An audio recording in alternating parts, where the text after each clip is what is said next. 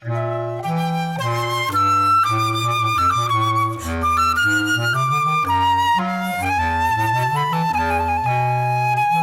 was the pivot point for you that made you decide to become Wiccan? The clincher? Yeah. When let's see. That's Kola Anderson. She's been a practicing Wiccan for the last 10 years or so, but she first began dabbling in it as a teenager. Anderson grew up as a member of the Church of Jesus Christ of Latter-day Saints, but she says practicing her religion as a Latter-day Saint never felt right. I was going through my first divorce. Both men I've been married to were families, very LDS backgrounds, as well as mine also, but you know what I mean? It was all this LDS and the pressures. Trying to decide why wasn't all of this that I've been taught all my life, that if you just do this, things will get better. Nothing ever got better. Nothing felt right, no matter how much I prayed, no matter how many times I go to church. And I started thinking more back to, okay, when you were doing this as a teenager, following all this stuff that was cool, you felt a lot better about yourself. Anderson owns a nonprofit called Adams Foundation. The organization helps people who are suicidal or mentally ill get the help and care they need. This organization is named after Anderson's son, who committed suicide about 5 years ago. She recalls a faith-promoting experience she had before and after Adam's death. The last time we went out to dinner was at the Mongolian Grill. We opened fortune cookies, and Adam opened his, and there was nothing. I can't remember if it was his or mine that I opened. One of us opened the cookie, and there was no fortune in it. To me, that's a bad omen. That's like, okay, this is not a good thing. So I'm telling my son, like, okay, we have to be careful. I called my other children. I have 3 older ones, and I'm like, I don't know what this means, but it really freaked me out. People are like, you're an idiot. I don't care. It was a thing to me, and I felt it. It wasn't just an idea in my head. I felt it in my heart. That's something. What does that mean? So a week later, I lose my son. I don't open fortune cookies anymore. About a year ago, Anderson and her husband attended a baptism of one of Adam's friends in Rexburg. They went to have lunch afterwards and came across Adam's Mongolian Grill at 505 North 2nd East. And I just kind of went, yeah, I think that's where we're having lunch. Little signs that my son is always there. It happens. It's real. And people think, oh, you're just looking at it. Well, really? Okay, you can think what you want. Anderson has had many experiences that have affirmed her faith and reassured her that her son continues to be present in her life. You don't have to be any one religion, follow one path to be able to have those moments and to be able to have those signs, because I get them all the time. Welcome to Finding Faith, a podcast exploring the history, culture, and beliefs of different denominations in eastern Idaho. I'm Rhett Nelson, and today we explore the unique ideology of Pagans and Wiccans, and why everything you've heard about it may not be completely true.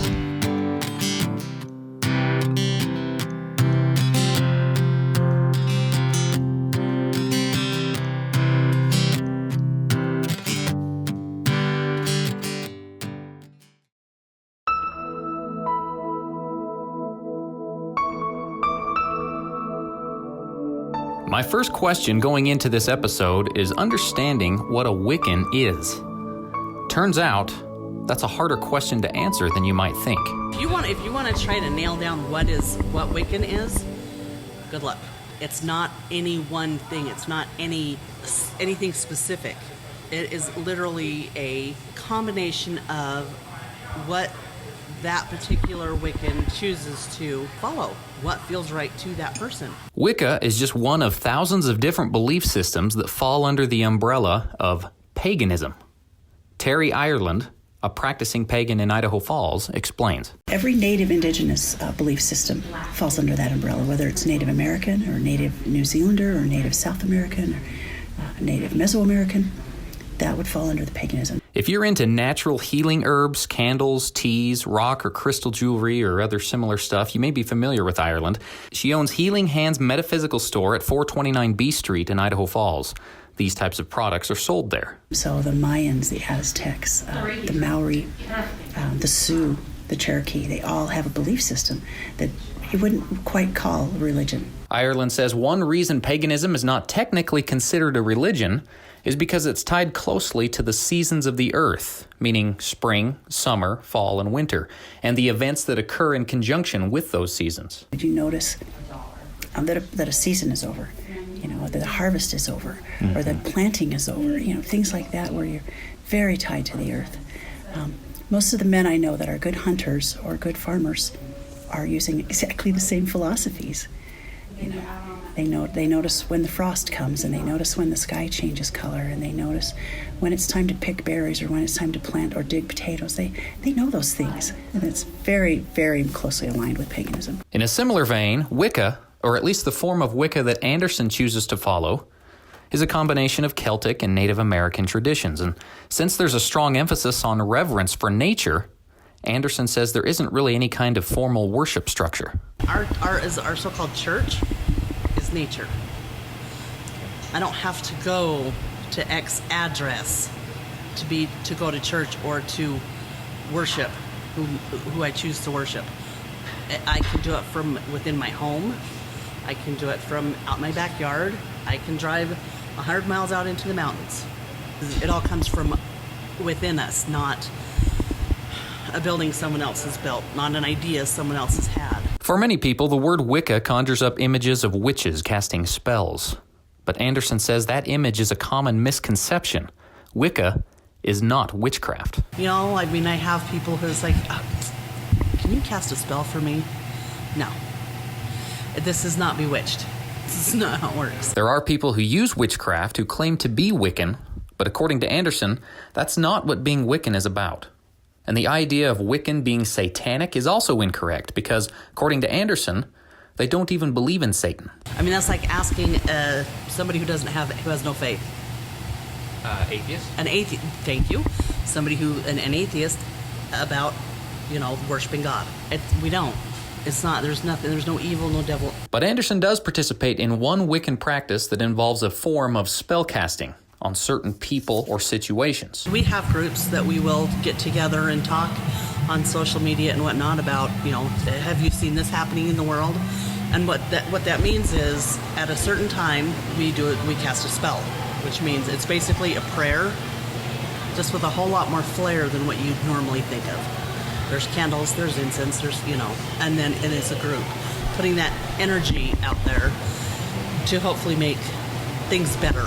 Ireland says one of the most popular items at her store are crystals. These crystals and other types of rocks vibrate at a certain energy level.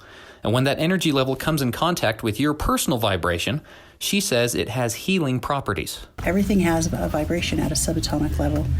And when those vibrations work well with your personal vibration, you feel better. And so people have discovered that certain rocks make them feel more grounded, or certain rocks help them with their connection to their whatever they consider to be divine. Some rocks give them more strength and courage and fierceness. Some make their heart feel better after a heartbreak. Many people wear these items as jewelry or just have them in the room with them because of the energy it gives off. Like Anderson, Ireland practices a similar energy activity. The core of it is that you sit quietly with yourself. You get in a respectful space with whatever you consider to be divine, and you express your thoughts, your desires, your wishes, your needs. And by putting your attention out there to whatever you call that the universe, God, creator, then those beings or entities or whatever you want to call them, those intelligences, try to line up things so that the things you need come your way. One of these prayer-like rituals happens in connection with the full moon, which pagans regard as a spiritually significant time. Ireland explains why. A full moon is a time of things coming to ripeness, to maturity. Okay. Things coming to completion. And so you need to sit with that and ponder and reflect and realize what has come to pass. The full moon is a great time to come together with friends, to share community, to socialize, and to get together with other like-minded people. You light a little fire, you spend some time around that fire together. You say beautiful words of gratitude to the god and the goddess. Each form of paganism has its own emphasis on certain forms of deity, gods or goddesses. We'll talk more about that in just a minute. But certain holidays are important to pagans, because of their connection to the lunar calendar. Halloween, for example, originated from the festival of Samhain, meaning summer's end. This festival celebrated the end of harvest season and the start of the pagan New Year.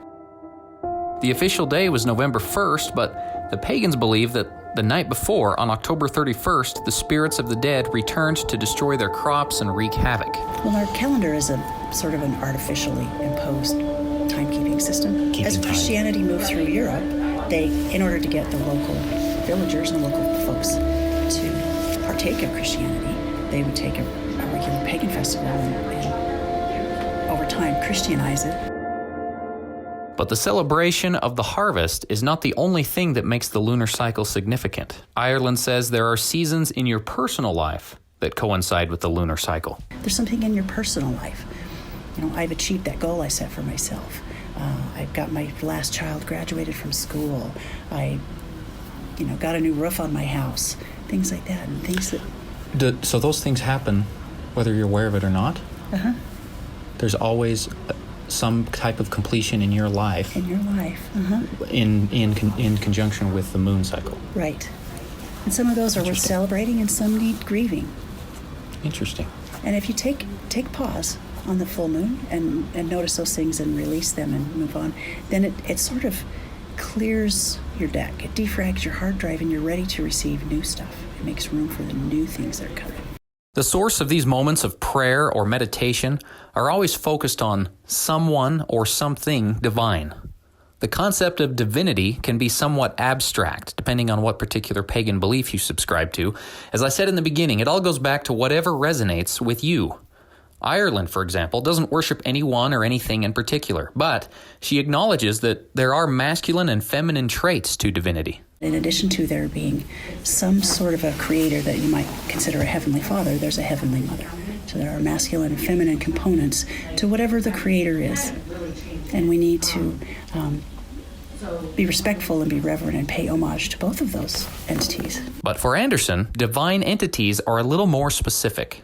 One of her favorite beings to worship is Lilith. Lilith was the first wife of Adam, who refused to bow down and follow the rules, and so she was cast out. Then came Eve. And then who else you say? Gaia? Gaia. Who's Gaia? She is it's hard to so hard to explain who is a goddess. Anderson says Gaia is a goddess who she considers to be the mother of the earth. She says Gaia is more of a spiritual presence than an actual being.